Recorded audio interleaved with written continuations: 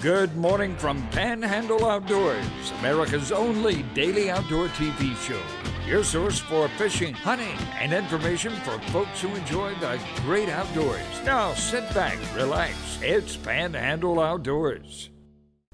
Hey, good morning. Welcome to Panhandle Outdoors. We're glad you're here today. We got a great show lined up for you with a special guest. We're going to be talking about the bay, talking a lot about trout fishing and the new regulations, and also how to combat this weather that we've got going on now all over the place to try to, and go out and be able to catch some fish. So let's start with the weather. Today, not that great. High of 60 and a low of 46, but we're looking at a 70% chance of rain. The winds out of the east at 10 to 15 miles an hour. And of course, I always believe you can add more to that. Tides are low at 8:50 this morning and high around midnight. It's one of those rare times when I look up the peak times and there's not one. It's just nothing's in line. It's not good really all day. So it's a good day to work on tackle. But the water temperature is a constant 65, have been for a few days, a little effect with the weather here and there, but been averaging 65. The river. Apalachicola at Bruntstown is 13.7, but it's down from what's been about 17, 18 feet. We had a pretty sharp fall. It's going to kind of level out over the next few days, but hopefully we'll go on down. 13.7 is still kind of high, but it's much, much better, obviously, and especially for the down in the flats trout fish, we need a little less water. But Choctawhatchee at Caryville is also down. It's at 8 foot, and it's kind of on a slow, steady fall. So depending on the wind or the rain that happens today, we'll see, basically how that goes. So at this point, we want to take our first break and come back with our special guest. Hey, welcome back. I am joined by Captain Michael Cowart and a good friend of mine since he was about 4 years old. And I'm taking 95% of the credit for him fishing and what he's done. And I'll give 5 to his dad. Just throw him a bone out there. You think that's fair? Yeah, I was going to say 97. You did well. That's Mark was there. He's a good guy. So we want to jump right into. We've talked about this. And Michael's on the water all the time, but February 1st. The new trout regulations come in. And you need to be aware of this. You need to understand it. In the first place, when the new trout regulations come in, it's also going to include being closed in February. So it's going back the way it was not too long ago. But the big deal is the limit. 3 fish between 15 and 19. And that can include 1 fish over 19. Okay, not 20, but 19. 19 and a quarter is over, so 3 fish including that. But the thing that I find interesting is if you and I are fishing together, there's only 1 fish allowed over 19 per boat. Yeah, you need to really understand that so you don't get in trouble over that. But it used to be per person. Per person, and 5. But now it's the 15 to 19. I think what they're trying to do is not take out so many of the breeding fish.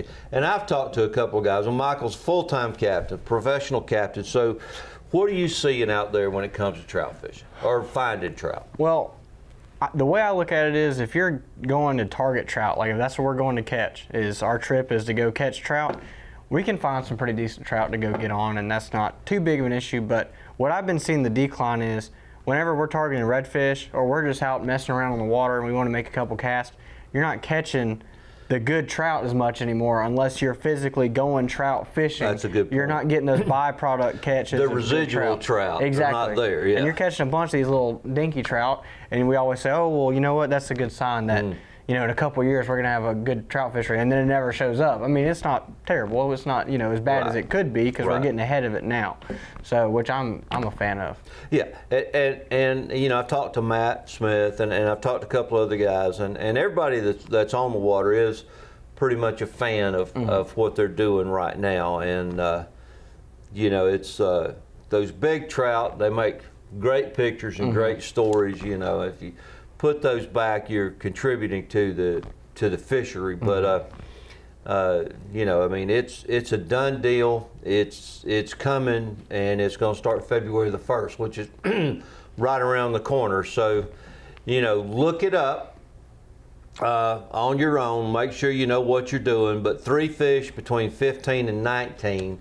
That can include 1 over 19, but only 1 per boat. So, you know, you got a 6 fish total on the boat with 1 over 19, if you want to put it that way. It doesn't matter how many people are on the boat.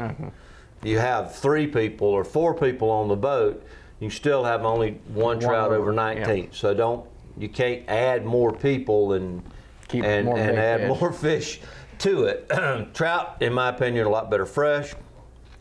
Go out and catch what you want and eat them that night if you're lucky enough to do that. But I also want to mention that there has been some movement on opening up the old pass. Okay, there is a meeting coming up soon, and prior to that meeting, we're going to try to do a special show and talk about the things that they're discussing and that. So you know, Bill Dozier and that group, Bill has spearheaded it.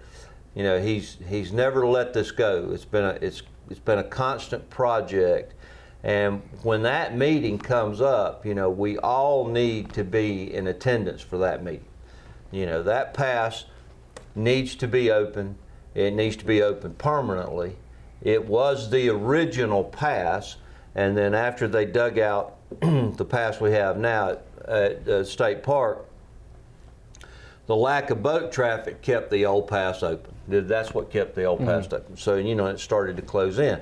But it's no coincidence, and I don't think for the fishery population, you know, our bay is too big to be cleaned out by one pass. And if I even get into the point of the sewage that's going into the bay right now, it just makes me sick. But it's not a coincidence that after the pass was closed and we don't have scallops anymore. Yeah. They're very sensitive. So the shellfish are affected by it, people are affected by it, the fish, you know, the fishery. The grass and the oysters and everything. Perfect point. You know, the healthier that bay is, the healthier the grass, the healthier the habitat for these trout, for these redfish and flounder. So just a quick commercial, but we're going to have a show coming up prior to that meeting, and please, you know, pay attention. I hope it's going to come out in the next month, but I don't know that for sure. So we want to go ahead and take this quick break, and we're going to talk about fishing right now in the situation that we have.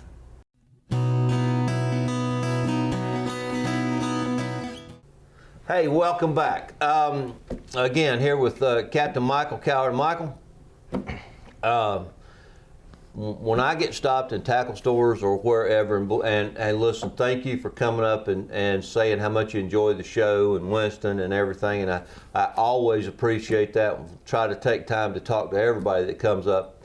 But one day it's in the 20s, the next day it's 70. It's, you know, the fish are confused, we're confused.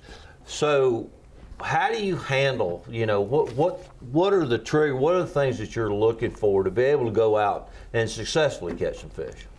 Well, I think knowing where the fish want to be, firstly, is probably the most important thing, but that's any time of year. You know, if you go fish an area that the fish aren't there because there's no bait or whatever, you're not really going to catch them. But I think the biggest improvement I have is slowing down on the pole or on the trolling motor when you're out there on the flats. Slow down, throw something a little more subtle. You know, if they're not really in a feeding mode, if you go out there throwing a big old plug and you're just ripping it by them, they're not going to want to go way out of their way and work hard to go get that plug. I'm not saying you're not going to catch them on it, but if you downsize and you slow down, you throw something that looks really realistic, something that's easy for them to go get. It's like bass fishermen, you know, whenever they're fishing in the winter and it's really cold, they're throwing a jerkbait and it's suspending, and, you know, the bass are just sitting there and it's right in their face. Putting it on their nose. Exactly. Yeah. So I think whenever the bite's tough, you know, you downsize your line, downsize your jig head, downsize your plastic or whatever you're throwing, your spoon, and, you know, go finesse style. That's what I like to do, and that's some of my favorite kind of fishing is throwing a real small little plastic. and doing a little sight fishing. The water's really clear right now. I know we've had some rain, but the water's still pretty clean. So you can get out there and do some sight fishing. And I found that, this time of year, if you can find the blue crabs, you're going to find the fish. And that's just because, we don't have all the bait fish in the bay right now like we do in the summertime. So what do they get left to feed on? Shrimp and crabs and stuff like that. They're not, going after the bait fish quite as much. So anytime I've been on a flat and you see a bunch of crabs all on the bank, the other day we went out and you could have just went along with a dip net and scooped up 100 of them, and there was fish there. So, and obviously the tide's playing a big, role this time of year, especially because you might have found some fish at one spot last week, and you go back, and the tide's sort of different, and it's bone dry on that. It's bone dry. Yeah, that's exactly right.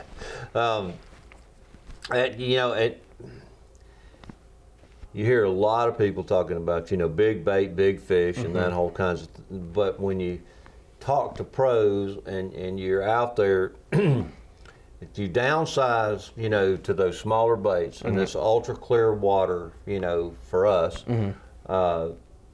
you're going to get a lot more attention with that. You're going to have to now, you can't go out there and expect to throw that and work that effectively with a telephone pole. Yeah. You preach this over and over, but you have to have the right equipment, rod especially, reel, but and again downsizing on your Power Pro or whatever it is you're using. But you have to have something that'll throw a light bait a long way. What rods are you going to do that right now? Well, right now we're going to be fishing the new Savage Gear rods, the BattleTech inshores. They got like a 7-1 medium, and that's really all I use most of the time all around. If you with can a fast tip. Yeah, exactly. Throwing an artificial, throwing something light with a fast tip, exactly. And I tell people all the time, you see people out there with these big old giant rods and reels. When was the last time you got outgunned out in West Bay? Yeah. Have you ever tied into something and he spools you? Every once in a while you'll get into a big Jack Crevalle or something, but almost all the time you can go out there with a 2500 and really do all you need to do. So I tell people, don't wear yourself out throwing. I see people with like 5,000s out there on the flats and medium heavy, just big, like you said, a broomstick. Yeah. And you don't need that. No. You do need a rod that's at least 7 feet or more. Yeah. With enough flexibility to get that out there without creating just the biggest bird's nest that you've ever seen. But and Michael's 100% right. Most of my reels are 2,500. Now, I've got some trout reels when I'm specifically fishing for trout that are 1,500. Yeah. It's more fun. Yeah. But as I've said before, get a quality reel and a quality line, because I was messing around with that when Greg and I were out several years ago, and I wound up catching a redfish that was 32 inches. Yeah. And I had a $19 rod and a whatever kind of reel I had on there. It just smoked it. Yeah.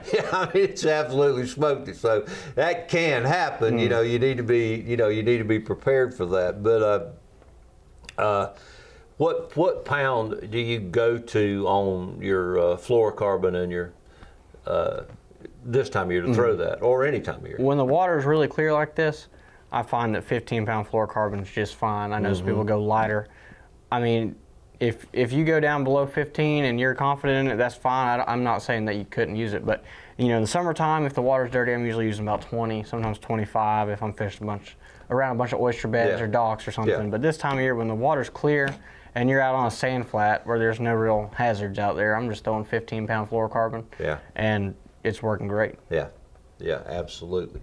Well, we're gonna talk about some of the things that we're using, and you got a couple of minutes here before we get into some of these Z-Man baits.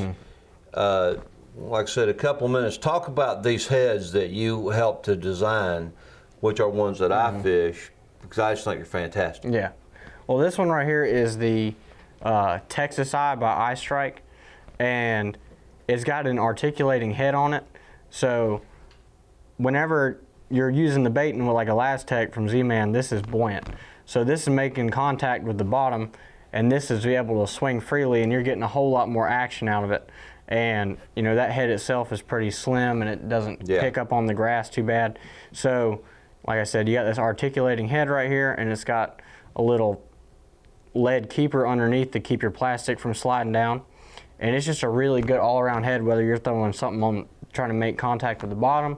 If you're throwing a swim bait, you get a lot of action out of it. It does. It swims very well. If you put some of those Z-Man like paddle tails on them and things like that, and with that head, and your loop knot, which I'm using, I still, but it's great. And you get tremendous action out of it. Yeah, and then this is the weedless eye jig head. We played a big role in working with iStrike to kind of fine tune this right here.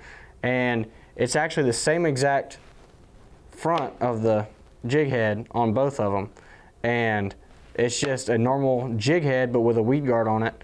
And it just does a really good job staying out of the grass whenever you're fishing, and that thick, heavy grass, you know, on the flats, especially like in the summertime, and you get some of that grass even floating on top, and it just really cuts down on the amount of time you spend sitting there pulling grass off your lure. Absolutely, absolutely. And I have an affinity for throwing up in tall grass and that kind of thing. Absolutely. To fish those rascals out of there, which is to me a blast. Absolutely. But, you know, this just, you know, this is what we're, this is what they look like, and you know, I also, you know, I've got several of them, but my main bags, like my office, I didn't get a chance to go by there this morning. These were in the truck, as a matter of fact. So, you know, you've got there are a variety of colors.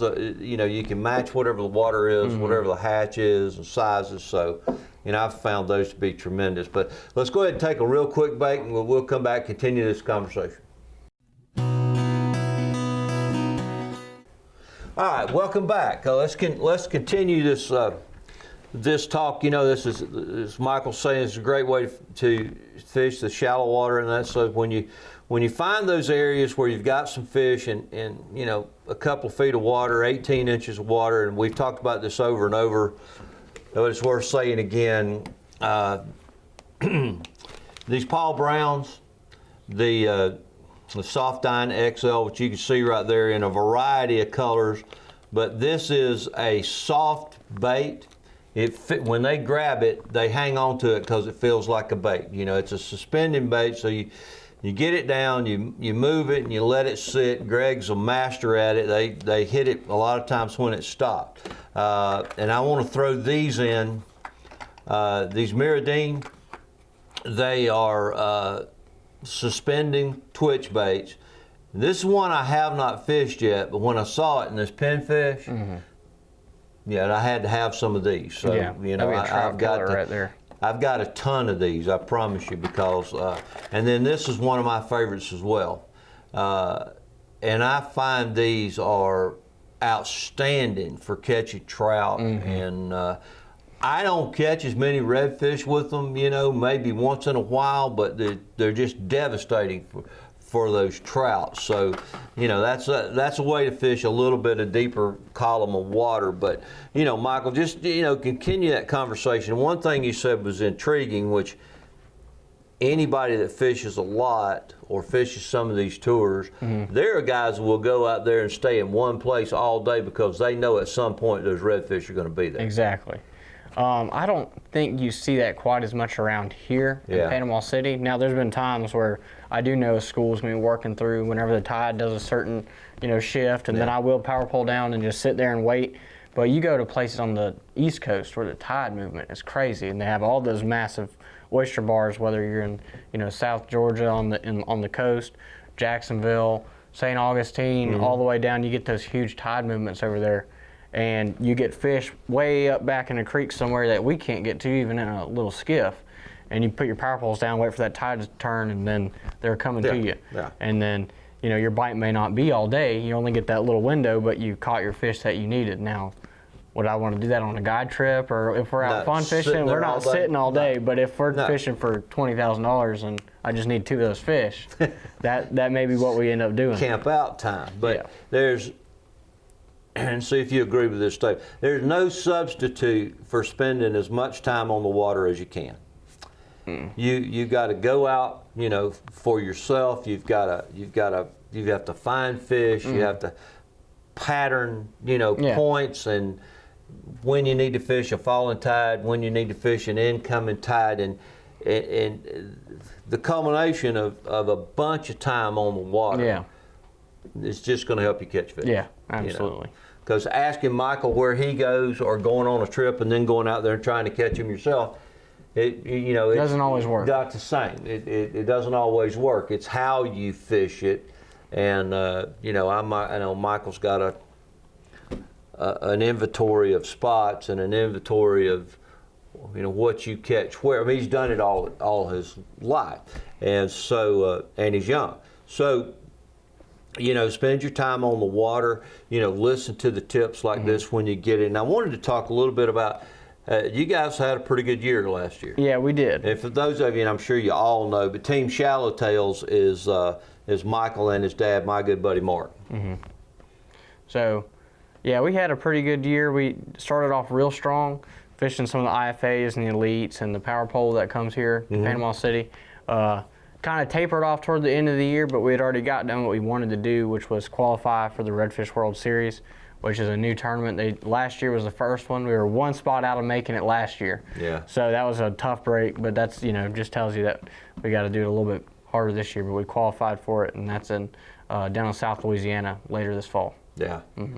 Yeah, that's going to be great. And that'll be nationally televised, right? I believe so, yeah. I know that last year they were trying to get that all sorted out, but I believe this year it will be. Yeah. Yeah. So, just kind of to recap, this time of year, go to places places where there's going to be some kind of bait. Michael says, he finds those crabs, and you're going to find some around there. Go down a little bit smaller, slow it down a little bit. As always, make the longest cast you can make to get as far from the boat as possible, and work it a little slower. And I think by downsizing and some of these heads are a tremendous way to do it. Well, Michael, once again, I appreciate you coming in. Appreciate you sharing what you know with everybody here. Be very aware, February 1st, the new trout laws come into effect. Look them up for yourself. Make sure you know what they are. So God bless and have a great day, and we'll see you tomorrow.